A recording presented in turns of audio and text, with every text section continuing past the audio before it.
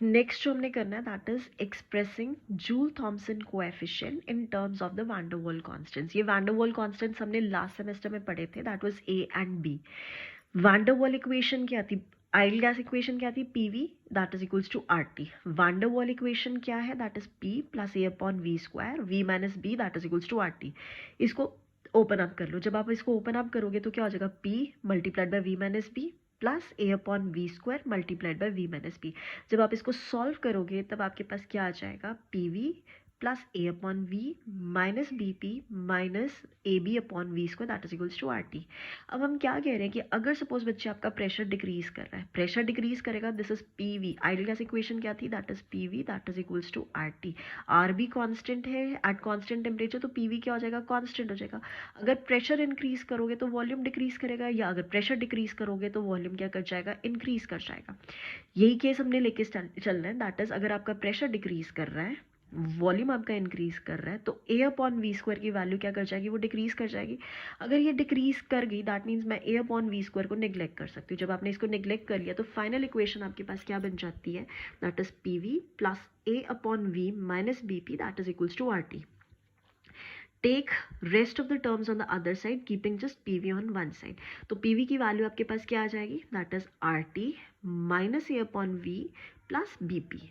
अब ideal gas equation क्या था आपके पास, P V that is equals to R T. तो यहाँ से वी की वैल्यू क्या आ जाएगी, R T divided by P. ये जो वी की वैल्यू आई है R T divided by P, इसको बच्चे इस वाली इक्वेशन में सब्सटीट्यूट कर दो। जब आप इसको इसमें सब्सटीट्यूट करोगे तो आपके पास क्या आ जाएगा, P V that is equals to R T minus A P divided by R T plus B P. यहाँ से बच्चे ये वॉल्यूम जो है वो एक साइड रख लो, पी वाली टर्म जो है उसको यहाँ पे क्योंकि मल्टीप्लाई हो रहा है तो दूसरी वाली साइड पे जाएगा तो डिवाइड हो जाएगा। तो आपके पास v की वैल्यू क्या आ जाएगी, R T divided by P minus A divided by R T plus B P divided by P था, तो p से p कैंसिल हो गया तो आपके पास क्या बच जाता है, p सॉरी बी। देन हमने ये वाली जो इक्वेशन है बच्चे, इसको हमने डिफरेंशिएट करना है, किसके साथ करना है, with respect to temperature keeping pressure as constant. तो हमारे पास क्या आ जाएगा, D V divided by D T at constant pressure that will be equals to, अब देखो बच्चे यहाँ पे r डिवाइडेड बाई p था, D T divided by D T हो जाएगा दैट इज वन। सो हमने सिर्फ इसको क्या लिख दिया, आर डिवाइडेड बाई पी।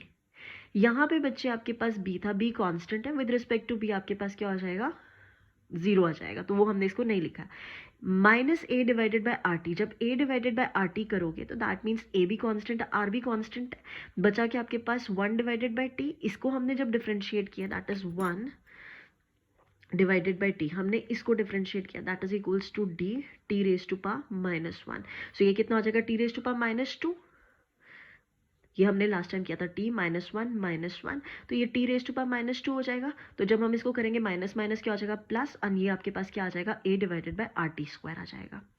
अब ये वाला जो हमारे पास इक्वेशन है, यहाँ पे देखो ये इक्वेशन लिखा था हमने, V that is equals to R T minus A upon R T divided by P minus A upon R T plus small B. So उसमें अब आपके पास क्या है, ये R T divided by P को अलग से रख लो, बाकी सारी टर्म्स दूसरी साइड ले जाओ। तो R T divided by P क्या आ जाएगा, V minus B plus A upon R T. अब यहाँ से बच्चे ये आर अपॉन पी की वैल्यू निकाल दो, ये टी यहाँ पे मल्टीप्लाई हो रहा है, दूसरी वाली साइड पे जाके क्या हो जाएगा, डिवाइड। तो ये V minus B divided by T आ जाएगा plus A divided by R T square आ जाएगा। अब ये जो आपके पास इक्वेशन आई है दैट इज, इसको आपने हमने ऊपर एक इक्वेशन किया था ये वाला, that was D V divided by D T at constant pressure that is equals to R by P plus A upon R T square. अब बच्चे यहाँ पे भी आपके पास आर बाई पी की वैल्यू आई है, ये जो आर बाई पी की वैल्यू आई है आप उसको इसमें सब्सटीट्यूट कर दो, तो आपके पास क्या आ जाएगा, D V divided by D T at constant pressure that is equals to V minus B divided by T plus A upon R T square plus A upon R T square. ये A upon R T square पहले से था, एक A upon R T square यहाँ से आ जाएगा, तो ए plus ए क्या हो जाएगा, two A divided by R T square आपके पास आ जाएगा। अब जो यहाँ से एक टेम्परेचर है बच्चे, वो टेम्परेचर उठा के दूसरी वाली साइड ले जाओ, तो आपके पास क्या आ जाएगा, V minus B two A divided by R T आपके पास आ जाएगा। ये वाली रिलेशनशिप आपको याद करना है, दैट थर्मोडायनेमिकली एक रिलेशनशिप आती है, सेकेंड ईयर में आप जाके पढ़ोगे, that is V is equals to T D V divided by D T at constant pressure plus D H divided by D P at constant temperature. अब इस case में बच्चे आप ये वाला जो डी एच है लेफ्ट साइड में ले जाओ, तो क्या हो जाएगा, V minus D H divided by D P at constant temperature that is equals to T D V divided by D T. ऊपर भी हमने क्या निकाला है, T D V divided by D P.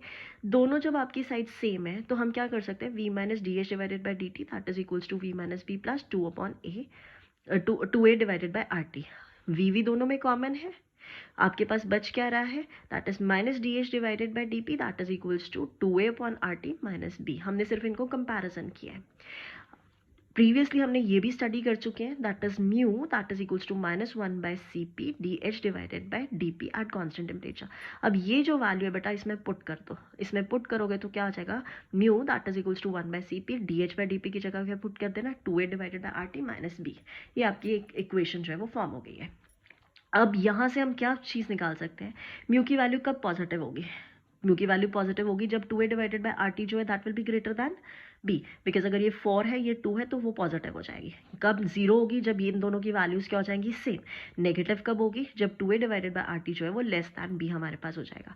ये सारे के सारे जो है हमारे पास ए बी आर, ये सारे के सारे आपके पास कॉन्स्टेंट है। दैट मीन्स साइन किसके ऊपर डिपेंड कर रहा है कि टेम्परेचर कितना था या गैस एक्सपांड कितना आपके पास कर रही है।